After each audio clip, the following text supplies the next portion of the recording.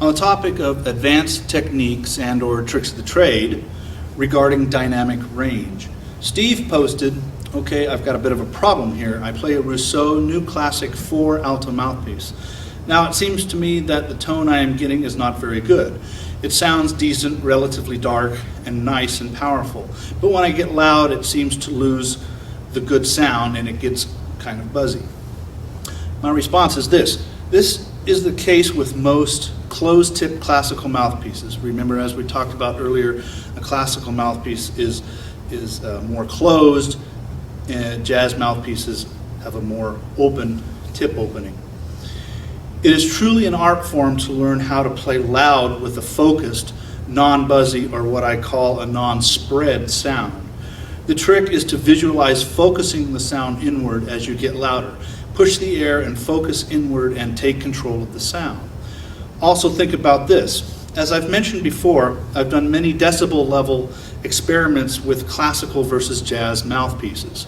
My findings are that everyone must strive for a big dynamic range.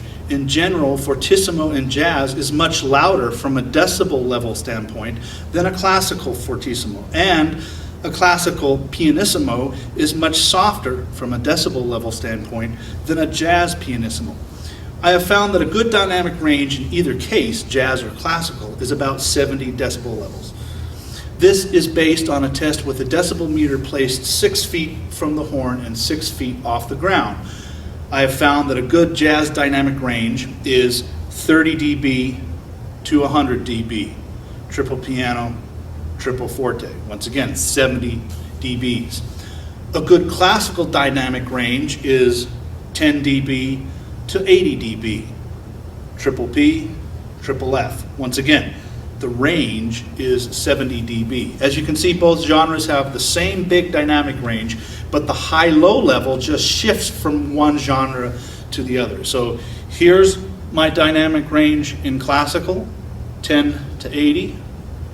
Same dynamic range, but just shifts over for jazz being 30 to 100 dBs, still 70 dBs. So in other words, you may also be trying to play too loud from a classical standpoint. In general, most of the times we won't need to play so forced and fortissimo in a classical setting. Here's my lifelong goal: learning how to play loud in a classical setting without getting a spread sound, and learning how to play soft in a jazz setting with a focused non-subtone sound.